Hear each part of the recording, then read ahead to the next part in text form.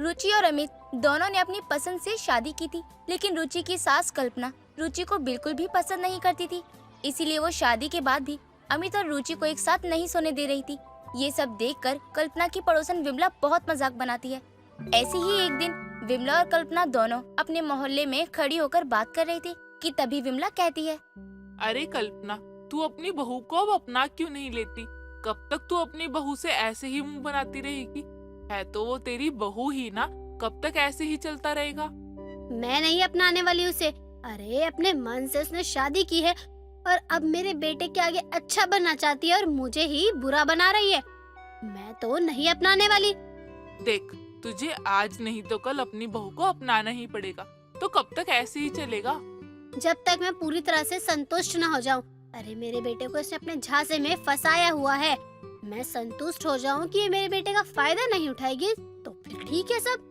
तेरा पति भी तो तेरी ही सुनता था ना, तो क्या गलत कर रहा है तेरा बेटा? तुझे अगर मेरी बहू और मेरे बेटे की तरफ से ही बोलना है तो कुछ बोल ही मत, क्योंकि जब तक मुझे ठीक नहीं लगता है सब कुछ, तब तक तो मैं उन दोनों की शादी को आगे ही नहीं बढ़ने दूंगी। कल्पना अपने बहू बेटे के बीच में ही जैसे ही खड़ी हो गई थी। इन सब से परेशान होकर एक दिन अमित अपनी माँ से कहता है, माँ, ये सब कब तक चलता रहेगा? रुचि और मेरी शादी हो चुकी है, हम दोनों पति पत्नी हैं, और कब तक आप ऐसे अलग रखोगी हम दोनों को? मुझे अब ऐसे अलग रहना अच्छा नहीं लगता माँ। बीवी क्या आ गई, ना माँ की कोई इज्जत है और ना ही माँ की किसी बात का मान है। अब बस यही दिन देखना बचा था ना मुझे तो। माँ, ऐसा नहीं है, आप बहुत ज्यादा सोच रही हो। अरे अगर ऐसा होता तो क्या मैं आपकी बात मानता? क्या मैं और रुचि अलग अलग रहते फिर? हाँ, मैं तो पागल हूँ ना जो ये सब गलत समझ रही हूँ। देख, तूने अपने मन से शादी तो कर ली है, लेकिन अब तू मेरे ऊपर दबाव मत डाल। माँ जी, कोई आप पे दबाव नहीं डालेगा। आपको जितना समय लेना है आप उतना समय लो, मुझे कोई दिक्कत नहीं है। अमित, तुम भी क्या माँ जी को बोलते रहते हो? यही जब मैंने तुम्हारे प्यार को अपनाने में समय लगाया था तो चल गया था, और जब माँ जी समय ले रही है तो दिक्कत हो रही है। अब माँ जी को आप कुछ नहीं कहेंगे। देखा माँ, देखा आपने? रुचि अपने से पहले दूसरों के बारे में सोचती है और फिर आपको हमेशा वो बुरी लगती है। मुझे तो ऐसा लगता है ना कि आपने अपने मन में ये बात ठान ली है कि रुचि गलत है। अगर मैं ऐसे ही मुंह बनाती रही तो अमित मुझसे दूर होता जाएगा और बहू के करीब होता जाएगा। मुझे कुछ तो करना ही पड़ेगा इसे रुचि के खिलाफ करने के लिए। माँ जी, अब आपको कोई तकलीफ नहीं है ना? माँ जी, हमारे लिए आपकी खुशी बहुत जरूरी है। आप जब तक कहोगे हम तब तक अलग कमरे में सोने के लिए तैयार हैं। बस कर बहू, मैं बस ऐसे ही टेस्ट ले रही थी और तू इस टेस्ट में पास हो गई। मैं तो ये देख रही थी कि तू मेरे बेटे को कैसे संभालेगी और तूने बहुत अच्छे से संभाला। इसका मतलब माँ, आपको कोई परेशानी नहीं होगी? हम दोनों एक साथ एक कमरे में सो सकते हैं फिर? ये तू कैसे बातें कर रहा है? अरे तुम दोनों पति पत्नी हो और अगर तुम दोनों साथ में नहीं सोओगे तो क्या मैं सोऊंगी? आज मैं बहुत खुश हूँ। चलो इसी बात पे ना आज हम लोग ना साथ में खाना खाएंगे। कल्पना और बाकी सब साथ में खाना खाते हैं बैठ के, लेकिन अमित के कहने पर रुचि और अमित एक साथ खाना खाने लगते हैं। पहला निवाला रुचि ले रही थी, तभी कल्पना रोकती है। बहू, ये क्या, तू अपने पति के साथ खाना क्यों खा रही है, वो भी एक ही थाली में? माँ, क्या हुआ इसमें? अरे हम दोनों पति पत्नी हैं, एक थाली में खाना तो खा ही सकते हैं ना। नहीं, बिल्कुल भी नहीं। हमारे घर में ऐसा कोई रिवाज नहीं है। हमारे घर में सास और बहू एक ही थाली में खाना खाते हैं, ना कि पति पत्नी। इसीलिए बहू तू यहाँ आ और मेरे साथ खाना खा। माँ जी, मैं और आप साथ में कैसे? मतलब आप मेरा जूठा खाना कैसे खाओगी? इसमें क्या है बहू, अगर मैं तेरा झूठा खाऊंगी तो भी तो तू खाएगी ना। मुझे कोई दिक्कत नहीं है, तो तुझे क्या दिक्कत हो रही है? चल अब जल्दी से मेरी थाली में और खाना लगा और साथ में बैठकर खाना खा। रुचि अपनी सास की प्लेट में और खाना डालती है और चम्मच लेकर खाना खाने बैठ जाती है। ये चम्मच देखकर कल्पना कहती है, बहू तुझे मेरे साथ थाली में खाना खाने में शर्म आती है क्या? चम्मच क्यों लेकर आई? हाथ से खाते हैं मेरे घर में, तू भी खाएगी हाथ से ही। और हाँ, अब से तू हर रोज अपनी सास के साथ ही एक ही थाली में खाएगी। रुचि को अपनी सास के साथ एक ही थाली में खाना खाना बिल्कुल भी अच्छा नहीं लग रहा था, लेकिन वो कुछ कर भी नहीं सकती थी। ऐसे ही कई दिन निकल जाते हैं। कुछ दिनों बाद कल्पना जानबूझकर बुरी तरह हाथों से खाना खा रही होती है। रुचि को ये सब बिल्कुल अच्छा नहीं लग रहा था। माँ जी इतनी बुरी तरह खाना खा रही हैं, मैं तो इन्हें देखकर ही अब खाना नहीं खा पाऊंगी। हे भगवान, ये कौन सा रिवाज आ गया जो सास बहू एक ही थाली में खाना खाएंगी। क्या हुआ बहू, तू वहाँ क्यों खड़ी है? आना मेरे साथ खाना खा। तुझे पता है ना सास बहू की एक ही थाली है, तो तुझे भी मेरे साथ ही खाना पड़ेगा। माँ जी वो मैं क्या कह रही थी ना कि मैं दूसरी थाली में खाना खा लेती हूँ। आपको मेरी वजह से खामखा की परेशानी होगी। मैं दूसरी थाली में खा लूंगी, मुझे कोई दिक्कत नहीं होगी। बहू, हमारे में रिवाज चलता आ रहा है और आगे भी चलता रहेगा। तू खड़े खड़े बातें ही बनाती रहेगी अब। माँ जी मुझे हाथ से खाना खाना नहीं आता है, मैं चम्मच से खा लूँ? कोई बात नहीं, अब आना बहू, मैं तुझे अपने हाथ से खिला देती हूँ। नहीं नहीं मैं खा लूंगी। अब आया ना मजा? बहुत हो गए बहू के दिन, लेकिन अब और नहीं। अब मैं बताती हूँ बहू को। बुरी बनकर बहुत रह ली, लेकिन अब बहू को बुरा बनाती हूँ।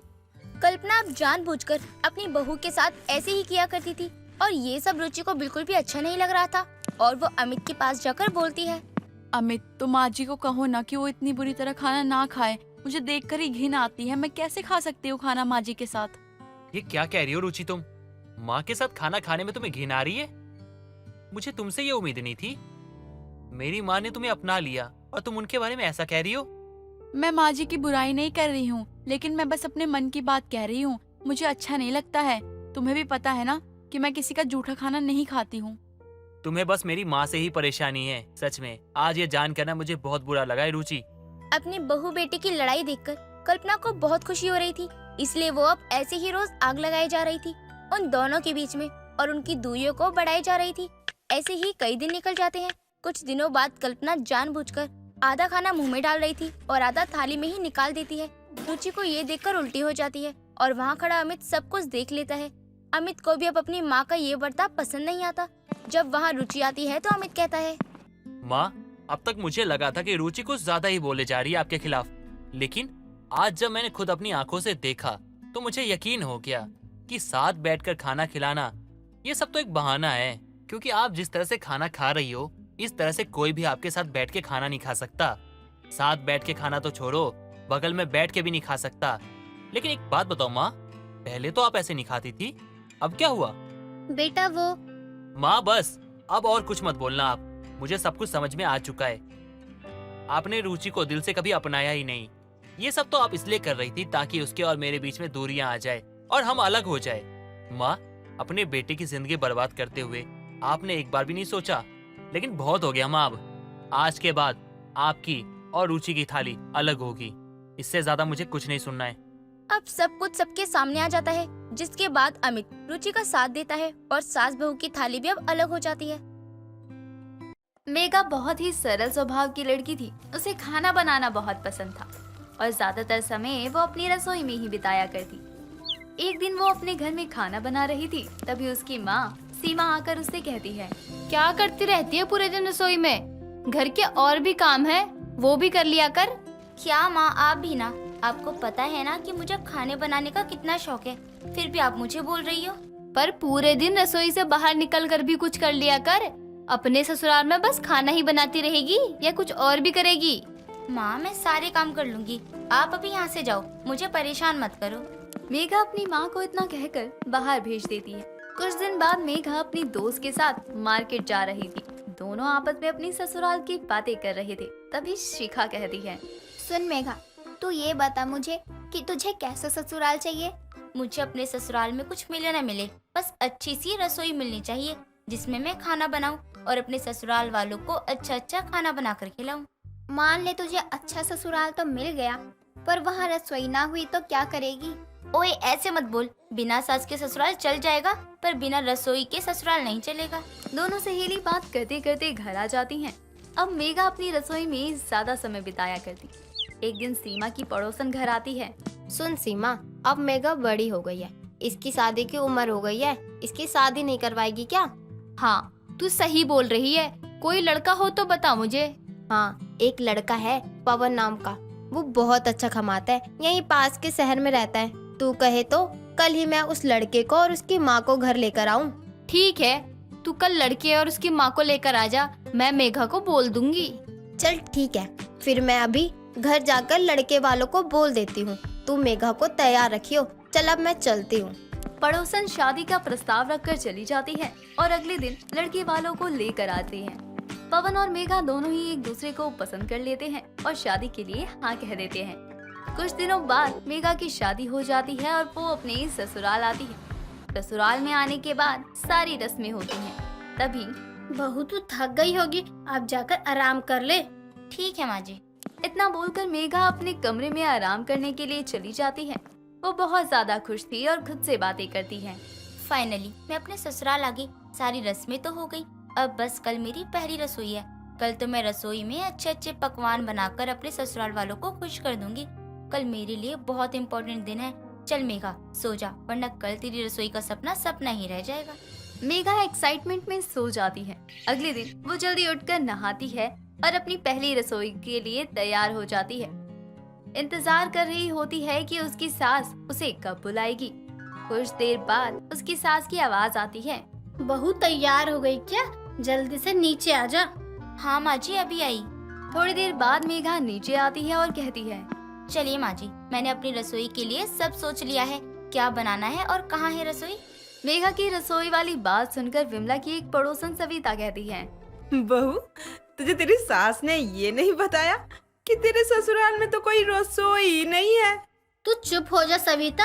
अरे क्या हुआ, हमारे घर में रसोई नहीं है।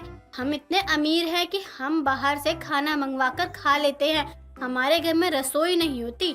देखो बहनों, विमला का ही घर ऐसा है जहाँ पर रसोई नहीं है। इस बेचारी लड़की को तो बिन रसोई का ससुराल मिला है।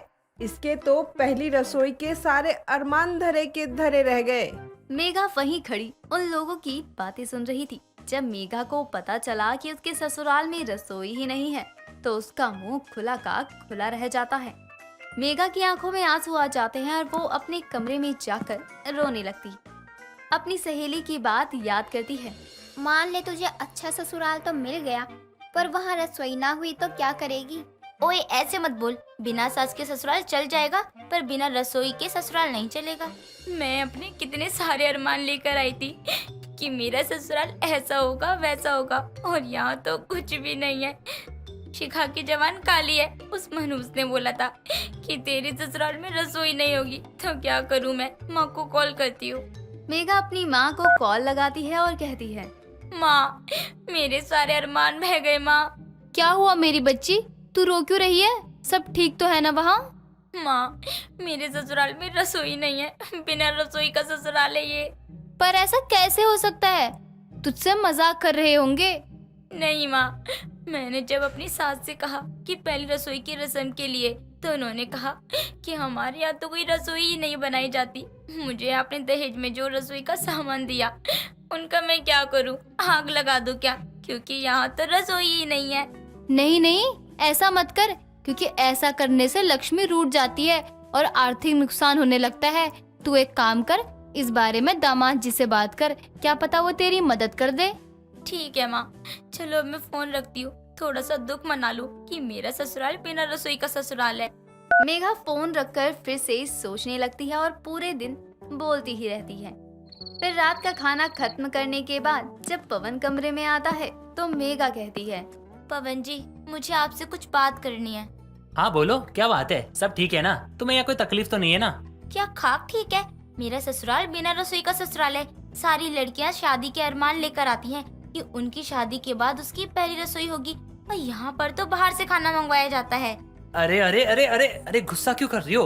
अरे माँ को बाहर का खाना पसंद है, इसलिए हम लोग बाहर का खाते हैं। और तुम्हें तो खुश होना चाहिए कि तुम खाना नहीं बनाती हो। अरे यार, दुनिया की हर बहू चाहती है उसे ऐसी सास मिले ना जो उसे काम ना करवाए, और तुमसे काम नहीं करवा रही है, लेकिन तुम्हें तो काम करना है। किचन चाहिए, रसोई चाहिए, क्यों चाहिए? सो जाओ चुपचाप से। पवन के बोलने पर मेघा कुछ नहीं कहती और चुपचाप सो जाती है। अब हर रोज मेघा की सास बाहर से खाना मंगवाती, ऐसे ही चलता रहता है। मेघा की सास बाहर से खाना मंगवाती और खाती। मेघा बाहर का खाना खाकर परेशान हो गई थी, क्योंकि उसे बाहर का खाना खाने की आदत जो नहीं थी। अब उसने ठान लिया था कि वो अपने ससुराल में रसोई बनवाएगी, और वो चुपके से घर में ही एक रसोई बना लेती है। वो चुप चुप कर अपनी सास को खाना बना कर देती और कहती कि ये होटल का खाना है। एक दिन दोनों बैठकर खाना खा रही होती है, तभी मेघा कहती है, लीजिए माँ जी खाना आपका। आप बोर नहीं होती? ये रोज रोज एक ही खाना खाने से बाहर का खा के फूड पॉइजनिंग हो जाएगी। नहीं, ऐसा कुछ नहीं होता। बकवास करना बंद कर और खाना खा ले। नहीं माँ जी, मेरा हो गया। मैंने सुबह ही मंगा कर खा ली थी। अब मुझे नींद आ रही है। मेघा इतना बोलकर वहाँ से अपने कमरे में चली जाती है। अब विमला उसे खाना लेने के लिए पैसे देती, पर मेघा घर में खाना बनाकर खिला देती और पैसे अपने पास सेव कर लेती। अब एक दिन विमला खुद ही बाहर का खाना लाकर खाती है और अचानक से उसके पेट में दर्द शुरू हो जाता है। वो मेघा को आवाज लगाती है। मेघा उसे जल्दी से हॉस्पिटल लेकर पहुंचती है। वहाँ मेघा को पता चलता है कि उसकी सास को फूड पॉइजनिंग हो गई है। वो अपनी सारी सेविंग के पैसे विमला के इलाज में लगा देती है। कुछ दिनों बाद विमला ठीक हो जाती है और मेघा से कहती है, बहू, तो इतने सारे पैसे कहाँ से लेकर आई? मैं तो तुझे ज्यादा पैसे देती भी नहीं। वो माँ जी, जब आप मुझे बाहर से खाना लाने के लिए बोलती थी तो मैं बाहर से खाना नहीं लाती थी। मैंने घर में ही चुपके से एक रसोई बना ली थी और जो पैसे बचते थे उनको रख लेती थी और वो आज आपके इलाज में काम आ रहे हैं। अब मुझे एहसास हुआ क्यों तू मुझे कहती थी कि बाहर का खाना नहीं खाना चाहिए, घर में एक रसोई होनी चाहिए। मुझे माफ कर दे बहू, अब घर में एक बड़ी रसोई बनाएंगे, तू उसमें अब खाना बना लिया कर। विमला की बात सुनकर मेघा बहुत खुश होती है और विमला घर में एक बड़ी रसोई बनवा देती है, जिसमें मेघा अपनी पहली रसोई की रस्म भी कर लेती है। पलक हरियाणा से थी। वो शरीर में बिल्कुल हट्टी कट्टी थी। पलक की खड़ी बोली सुनकर कोई भी डर सकता है। पलक के गांव में कुछ एग्रीकल्चर डिपार्टमेंट के लोग आते हैं, उसमें मोहित भी आया होता है। मोहित शहर में अपनी माँ सुषमा और बहन पूजा के साथ रहा करता था। एक दिन मोहित और उसके कुछ साथी खेत देखने के लिए पलक के खेत पर जाते हैं।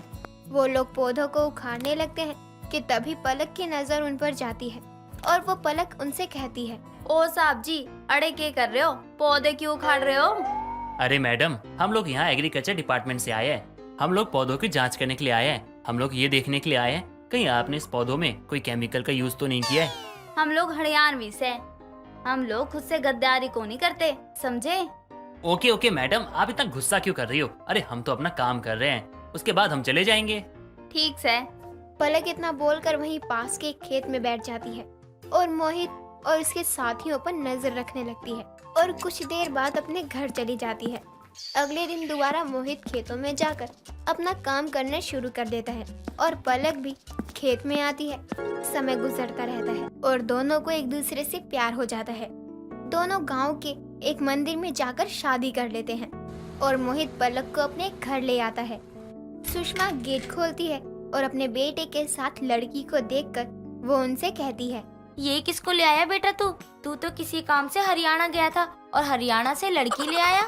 माँ, ये पलक है, हमने शादी कर ली है। हम दोनों एक दूसरे से बहुत प्यार करते थे।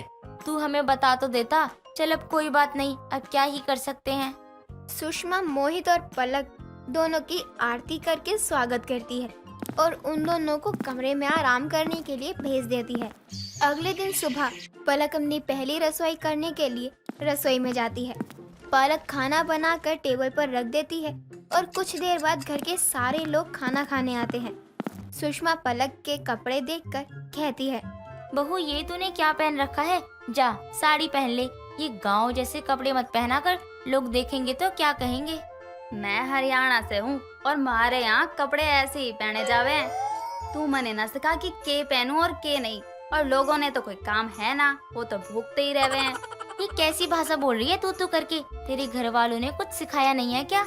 माँ जी, हमारे घर वालों को कुछ ना कहो, वो घने अच्छे हैं। क्या माँ, आप दोनों लड़ने के लिए बैठ गए? अरे यार, मुझे भूख लगी है बहुत तेज से।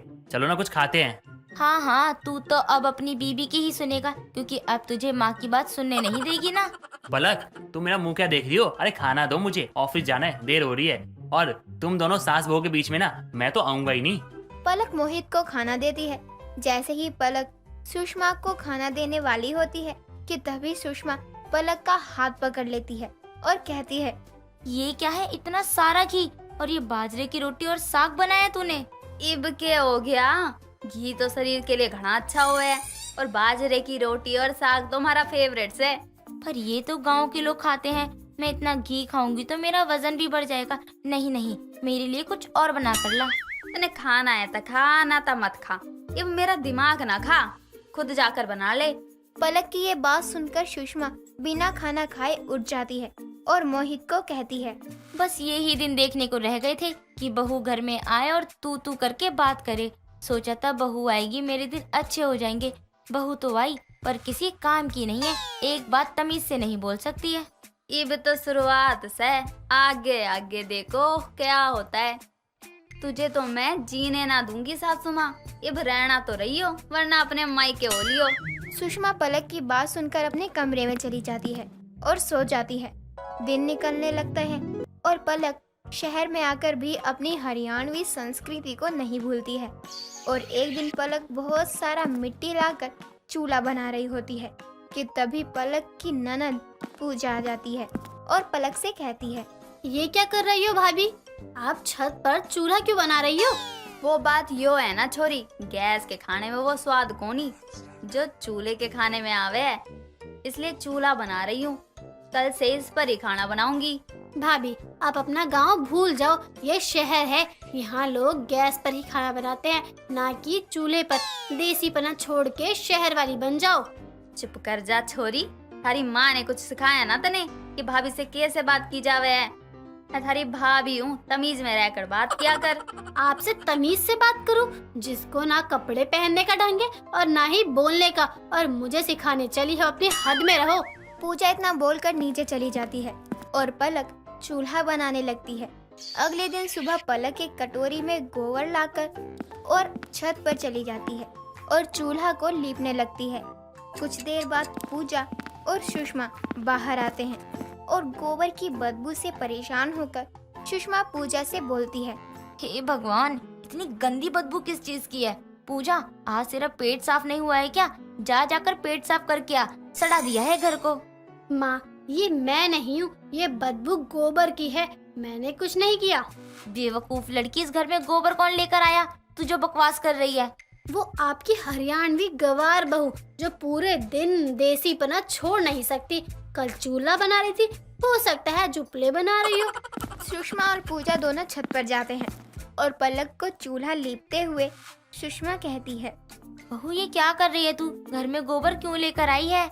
तने दिखना रहा चूल्हा नहीं पुरीसू, उसके बाद उपले बनाऊंगी और खाना भी इनमें ही बनाऊंगी मैं। तू सही कह रही है, इसका तो कुछ ना कुछ करना ही होगा, वरना ये तो हमारे सर पर नाचने लगेगी और पूरे घर में अपना देसीपन ही ला देगी। पता नहीं किस मनहूस घड़ी में मेरे बेटे ने इससे शादी की थी जो मुझे ऐसी बहू मिली। आने दो मोहित को, उसको तो मैं समझा दूंगी। दोनों माँ बेटी अपनी नाक बंद करके वहाँ से चली जाती हैं। शाम को मोहित घर आता है। सारे खाना खाने बैठते हैं कि तभी सुषमा मोहित से कहती है, बेटा अपनी पत्नी को समझा ले, कुछ ज्यादा ही हो रहा है अब इसका। पता नहीं क्या समझती है अपने आप को। क्या हुआ माँ, अब क्या कर दिया इसने? पहले तो ये अपनी भाषा बोलकर हमारा दिमाग खराब किया करती थी, अभी अपनी देसी रसोई करके हमारा दिमाग खराब करने वाली है। पहले गैस पर रोटी बनाती थी, अब इसने छत पर उपले बनाना शुरू कर दिया है। तो क्या हो गया माँ, अच्छी बात है ये, हमारे गैस की बचत होगी और चूल्हे का खाना भी बहुत स्वादिष्ट होता है। अरे मजा आएगा माँ खाने में, और कुछ अलग भी तो हो जाएगा।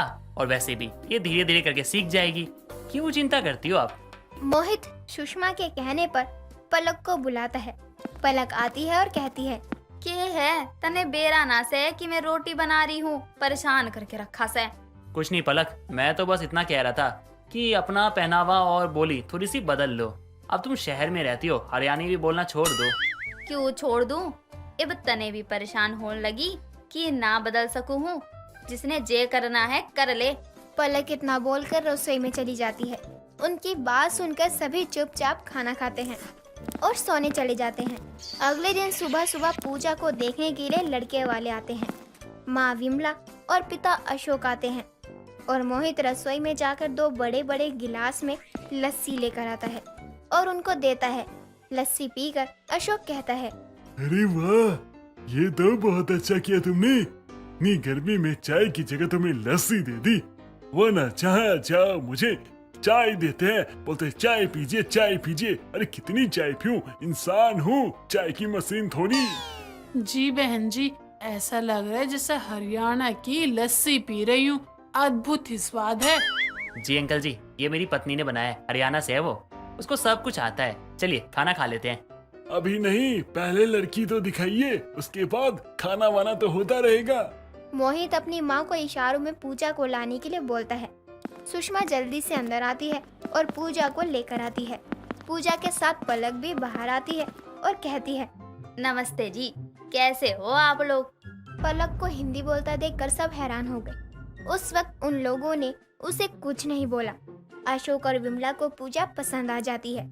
सारी बातें करने के बाद सभी खाना खाते हैं और वो दोनों पलक के खाने की बहुत तारीफ करते हैं और फिर अपने घर चले जाते हैं। सबके जाने के बाद सुषमा पलक से कहती है, मुझे माफ कर दे बहू, मैंने तुझे हमेशा गलत ही बोला और आज तेरी ही वजह से पूजा का अच्छे घर में रिश्ता हो गया। अब से मैं कभी तुझे तेरी भाषा के लिए कुछ नहीं बोलूंगी। ना माँ जी, मेरी भी गलती से मैं कुछ ज्यादा ही तू करके बात करूँ सू। अब से मैं भी हिंदी बोलने की कोशिश करूंगी और हरियाणा की देसी बहू रसोई में ही बन जाऊंगी। दोनों सास बहू एक दूसरे को माफ करती हैं और दोनों अब मिलजुल कर रहा करती हैं। कुछ दिनों बाद पूजा की भी शादी बड़े ही धूमधाम से हो जाती है। दोस्तों, अगर आपको ये कहानी पसंद आई तो इसे लाइक करें, शेयर करें और कमेंट करके बताएं कि कहानी में आपको सबसे अच्छा क्या लगा।